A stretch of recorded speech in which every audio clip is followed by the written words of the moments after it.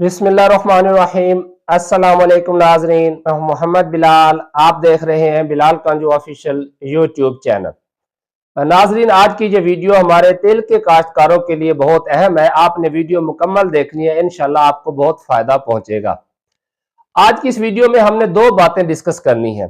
पहली बात कि जो ही तिलों का रेट बढ़ा है, इस साल हमारे ज्यादातर दोस्तों का ये इरादा है कि गंदम के बाद तेल काश्त कर लिए जाए, या कुछ दोस्त जो है वो हाइब्रिड धान लगाने का इरादा रखते हैं।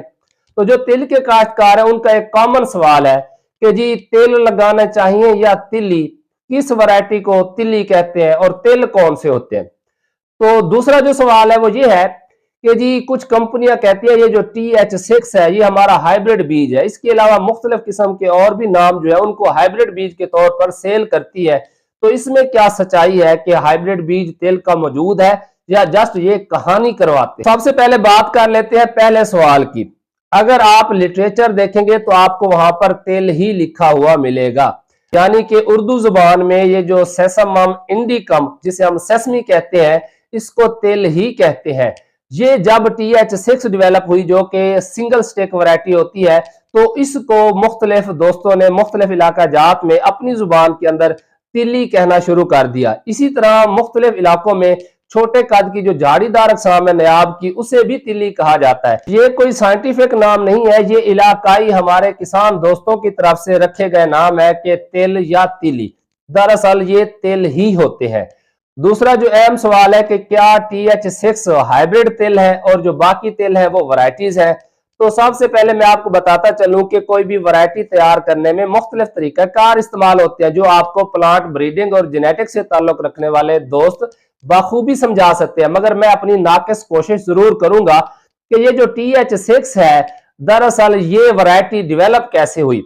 एक वैरायटी थी तिल 89, तिल 89, इसका क्रॉस करवाया गया एक प्योर लाइन के साथ जिसका नाम था, यानी कि नंबर था 436,602, यानी 436602। अब आप कहेंगे ये लाइन क्या होती है और ये जो वैरायटी थी इसका क्रॉस करवाने से आगे क्या बना। मिसाल के तौर पर आपको ये जो दो बॉल पेन नजर आ रहे हैं, ये दोनों के दोनों क्या है, एक ही कंपनी के हैं, एक ही जैसे हैं, यानी तकरीबन 100% एक जैसी जिनियाती खसूसियात की जो दो लाइनें होती हैं उन्हें हम कहते हैं प्योर इनब्रेड लाइन, यानी जिनका हम आपस में क्रॉस करवाते हैं और हाइब्रिड बनता है।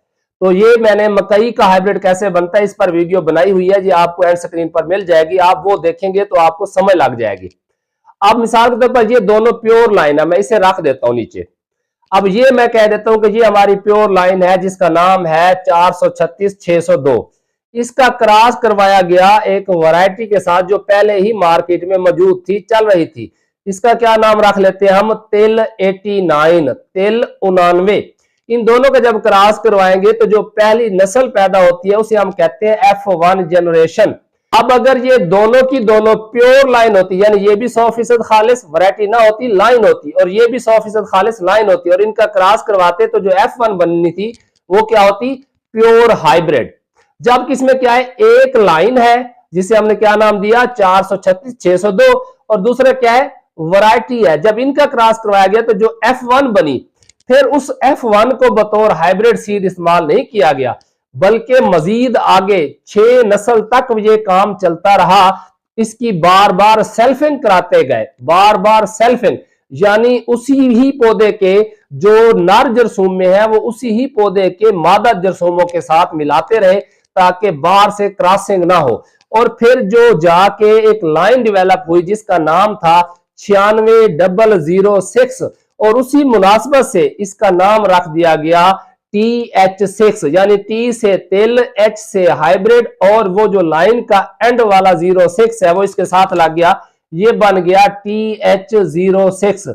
यानी ये एक ऐसी वैरायटी है जो हाइब्रिडाइजेशन के अमल से तैयार की गई है। यानी जो पहला स्टेप मैंने आपको बताया कि जैसे हाइब्रिड बनाने में दो प्योर लाइंस को क्रॉस करवाते हैं, इसमें क्या था, एक प्योर लाइन थी, एक वैरायटी थी, तो हम इसे टोटल जो है वो 100% जो आम हाइब्रिड जैसे मकई के होते हैं हम वो नहीं कह सकते, मगर ये क्योंकि हाइब्रिडाइजेशन के अमल से बनाई गई, इसीलिए इस बात का फायदा उठा के मुख्तलिफ कंपनीज वाले कहते हैं कि ये हाइब्रिड बीज है, हाइब्रिड बीज है।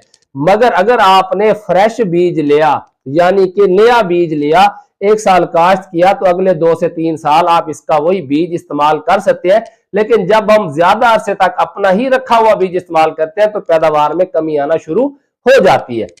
जबकि दूसरी साइड पर TS3 है या TS5 है, जिन्हें हम कहते हैं टिल सिंथेटिक, या हम कह लें कि मास सिलेक्शन के अमल के जरिए से जो वैरायटी डेवलप की जाती है, उसके साथ आपको लगा हुआ नजर आएगा TS। तो ये जो TS है, ये दरअसल क्या है, एक झाड़ीदार किस्म है जो तकरीबन 120-125 दिन में पककर तैयार होती है। इसका जो लाइन नंबर है वो है 9005। ये डेवलप की गई है थ्रू सिलेक्शन, इसीलिए इसके साथ TS लगा हुआ है, TH नहीं लगा हुआ, क्योंकि ये हाइब्रिडाइजेशन के जरिए से सिलेक्ट नहीं की गई। अब मैं थोड़ा सा समझाने की कोशिश करता हूं। मिसाल के तौर पर मेरे पास कुछ ऐसे बीज हैं, मसलन ये है, ये बीज एक जैसे हैं, एक ही किस्म से ताल्लुक रखते हैं, एक जैसा परफॉर्म करते हैं। ये दूसरे हैं, ये तीसरे हैं। तो इस तरह की तकरीबन 180 जो एक्सेशंस हैं उनको लिया गया, बल्क किया गया, फिर उनमें से सिलेक्शन करते करते 2011 में जाकर ये TS5 लाइन अप्रूव हुई। क्योंकि ये सिलेक्शन के जरिए से अप्रूव हुई, इसलिए इसके साथ TS लगा हुआ है, और इस लाइन का जो नंबर था वो था 90005, इसीलिए इसके साथ 5 लिखा हुआ है। तो इसीलिए इसे हम कहते हैं टिल सिंथेटिक। तो मुख्तसरन हम कह सकते हैं कि मास सिलेक्शन के जरिए से डेवलप की गई वैरायटी TS5 या TS3 है, जबकि जो TH6 है, इसमें जो तरीकाकार अपनाया गया था वो हाइब्रिडाइजेशन है। इसी मुनासबत से इसको तिल हाइब्रिड भी कह देते हैं, यानी TH6 कह देते हैं। लेकिन ये वो वाले F1 हाइब्रिड नहीं है कि जिसका बीज हर साल हमें उसी बनाने वाली कंपनी से या इदारे से दोबारा नए सिरे से खरीदना पड़ता है। आप इसका अपना घर का बीज भी दोबारा काश्त कर सकते। तो जब भी आपने बीज खरीदना है तो इन चक्करों में नहीं आना, क्योंकि मैंने एक वेबसाइट पर देखा जहां पर बाकायदा तौर पर यह लिखा हुआ है TH5, हालांकि TH5 वैरायटी नहीं है, TS5 है, जबकि TH6 है। तो इसी तरह बहुत सारे दोस्त TS6 भी लिख देते हैं और TH5 भी लिख देते हैं।